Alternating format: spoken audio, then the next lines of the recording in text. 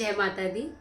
हम समझ रहे हैं नवरात्रि के अंदर माता ज्ञान के स्वरूप में किस प्रकार से हमारे जीवन में प्रवेश करती है और कैसे हमारा जीवन बदलता है। एक हूँ के मंत्र से जब धर्मलोचन का विनाश हो जाता है, तब जब ये बात सुमुनि शुंभ को पता चलती है तो वो सबसे पहले अपनी विशाल सेना के साथ भेजते हैं अपने मुख्य सेनापति चंड और मुंड को।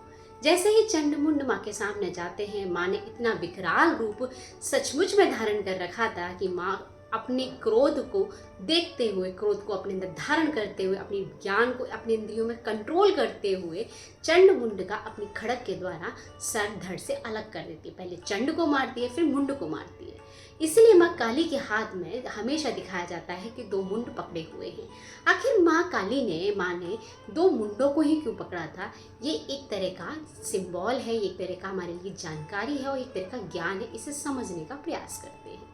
ये बात हमेशा याद रखना, जब हम ज्ञान की खोज में निकलते हैं, जब अपने आप को जानने की अवस्था में निकलते हैं, तो सबसे ज़्यादा जो हमें परेशानी होती है वो हमारी इंद्रियों पे संयम करने की। और जो हमारे मुंड होता है, जो सर होता है, इसमें हमारी 5 ज्ञानेंद्रियां होती हैं और वो इकट्ठी हैं। सबसे ज़्यादा छोटे से भाग में सारी इंद्रियां हैं और एक एक इंद्रिय नहीं, दो दो हैं, 2 आँखें, 2 कान, 2 नासिका।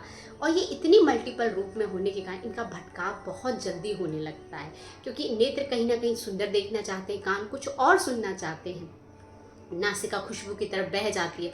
इस भाग को कंट्रोल करने के लिए माँ अपनी ज्ञान रूपी खड़क से सबसे पहले चंड और मुंड का सर काटती है और उसे अपने हाथ में धारण करती है। ये बताता है कि जिस दिन हम माँ की तरफ चलेंगे तो हमारे विकार अगर बढ़ने का प्रयास करेंगे तो अपनी मुंडी को, अपने सर को काट के माँ के श्री चरणों में समर्पित कर दो कि अब हमारी इंद्रियों को आप ही अपने हिसाब से संभाल के रखिए। तब तक के लिए जय माता दी।